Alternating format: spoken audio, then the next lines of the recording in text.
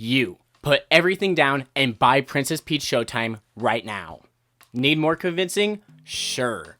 I wasn't entirely positive I would love this game when it was first announced, but then a few months later, they started dropping awesome trailers on YouTube and Twitter, and I avoided them. Because for one, I didn't think I really cared all that much about this game, and two, when I eventually did see a trailer, I absolutely didn't want to be spoiled. I wanted to do the same thing for Tears of the Kingdom, but ultimately couldn't for the sake of this channel. But once I saw the first trailer showcasing some of the different transformations, I instantly turned it off because it looked incredible. Absolutely stunning. From that moment on, I avoided everything about this game, so I would go into it as blind as possible. I knew this game would be great, and I wouldn't dare ruin it for myself, even in the slightest way. And guess what? When the demo released just a few weeks before launch, I got it. And I didn't really enjoy it. I only played the game for a few minutes, and in fact, I didn't even get to the first transformation. But for the short while I did play, it felt like a kiddie game. Simple gameplay with not much depth to it. And it certainly didn't help that compared to the PS5 I usually play on, it ran terribly. Which I'll get back to in a moment. That was a little over a week ago. I tried the game, thought that maybe it actually wasn't for me after all. Someone of my particular caliber needs much more of an engaging game, much more cinematic experiences, games like Mario Mother Flippin' Odyssey. But when the game finally released, I gave that demo just one more try. I played all the way through, and I couldn't stop playing it until I finished the entire game.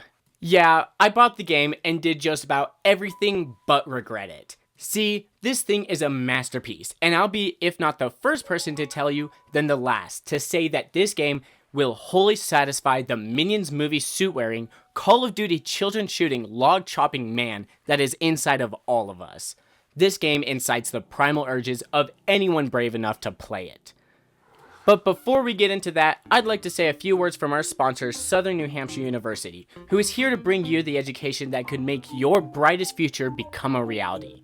Specifically, we want to invite you to SNHU's program for game development and programming. Craft your dream game from nothing with the help of SNHU's faculty who have real-world experience in the industry. Using Unreal Engine, you'll learn the programming languages necessary to extract the unique gameplay experiences and challenges cooking in your head and bring them into the real world. And you'll be controlling even the most minute of details with their help in game physics and both 2D and 3D graphic design. Not a great artist? Neither am I, but that won't matter because you'll learn everything you need to know about 3D modeling and texturing with game art software such as Blender. At SNHU, there's dozens of programs and degrees, so if you're at all interested and want to help support this channel, go to the link in the description and sign up for free information, or go to snhu.edu/arctic and start cooking up a great future for all of us. Man, I'm hungry, so it's a great thing that we have Chef Peach right here to cook up some marvelous cookies. Now, I want this to be as spoiler-free as possible, so I'll only talk about broad details of the gameplay and beginning areas. But first off, this game is seriously great. Like I said, gameplay is, in fact, very simple. As regular Peach. When you're just standard Princess Peach, you're stuck to jumping and sparkle power, which is some kind of crack on a ribbon used to bring energy and joy to just about anything it hits. Very simple movement for the beginning. But then you reach the pedestal, and everything transforms into essentially a brand new game. For the sake of not spoiling, I'll just talk about one of the first transformations, but keep in mind that each one is completely unique and unlocks dozens of different gameplay experiences. And while every transformation is still very simplistic gameplay-wise, only using the A and B buttons, they're all pretty sick in their own ways. And that's especially true for Sword Fighter Peach. Whoever said knives was dangerous was completely right, because in the hands of Peach, they're a menace to this evil masquerade. And they could have stopped at simple hack and slash mechanics for this transformation, but they even added a parry dodge attack, which, might I add, feels great. Nothing is ever difficult here. I mean, I think I only ever died twice, but everything feels great to do. I feel like this game would be perfect for speedrunning. But let's just slow down real quick and talk about that masquerade again. Much like the gameplay, the story is simple, but oddly enough, feels reminiscent to Luigi's Mansion 3 and to a lesser extent Paper Mario The Thousand Year Door. Hey, shoo, we don't talk about that video. That's because this game tries to revolve around the central idea that every stage here is, well, a stage for a play, and Princess Peach here is the prima donna. The reason I say try is because although it holds the main ideas that it's a stage show, often the worlds and different environments don't try quite hard enough to actually look like sets on a real stage. Not to say that it never does or looks bad, because this game looks fantastic, but it's not quite as theatrical as I might hope. The big baddie here is Madame Grape, who I just realized is named so because grape is a fruit, just like Peach.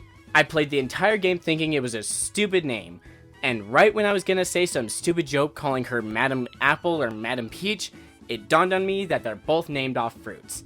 Anyways, in a very similar way to King Boo and Helen Gravely in Luigi's Mansion 3, Madame Apricot takes over the Sparkle Theater and kidnaps the respective stars of each show to mutate the theater and create her own plays. Madame Blackberry has the potential to be a pretty interesting villain, especially with the whole stage theater gimmick, but on a whole, it lacks the screen time to really sink in as an all-time classic, and the goons of her Sour Bunch lack the variation that would help spice them up. Now, something I always love in games are secrets, whether for better or for worse, because if there are secrets to be found, rest assured I will find them, even if it kills the pace of the game. And this game has plenty to be found. But as long as you're not the perfectionist I am, you'll have a great time with them, because while you need some of the secrets here to progress through the game, it's nothing you wouldn't already have playing normally. But if you do want to find everything, probably don't, you'll find out why once you beat the game. But you should absolutely collect every ribbon, because the cosmetics in this game are fantastic. Now, I'd say it's still very fun collecting everything, but if you're expecting a 24 karat Hestu's gift, you'll be a bit disappointed. But nothing else will leave you as disappointed as the performance of this game. I really hate to be this person, but this game doesn't run great. It's pretty hypocritical because I'm always the person saying poor performance of games on Switch ultimately doesn't matter for most, and it doesn't. But it's certainly uncomfortable when every load screen runs at 10 FPS and every cutscene at 20. It happens so much, it feels like an aesthetic choice. It's not, but it feels like it could have been. It absolutely could be worse, and we've definitely seen worse on the Switch, but we've also seen so much better. Tears of the Kingdom, all things considered, runs flawlessly, especially considering its scale. And when we compare it to this way smaller and far more simplistic game, it's shocking how bad it is. It's absolutely playable. And as long as you aren't a 60 FPS fiend who gets a headache when a game runs at 59 FPS, it's completely bearable. It's just that the Switch 2 or whatever can't come soon enough if this is the best Nintendo can do now. But this game is seriously a beast. The transformations are incredible, and I especially adore 3 in particular. I can't wait to see what Nintendo does with Princess Peach in the future, whether it's another theater-based game or something completely new. I've got a feeling it's gonna be great. And seriously, if you haven't tried this game yet, get the demo now. It's free, and I hope you'll enjoy it. I certainly did, and now I've got to speedrun it a few times to get my personal best down. But if you enjoyed this video, subscribe. And for my channel members only, starting in April, I'll be releasing reviews and possibly, but probably not, Q&As weekly. So if you want to check that out, you can join for $1 a month. And make sure to check your belly button for lint. And as always, keep cool.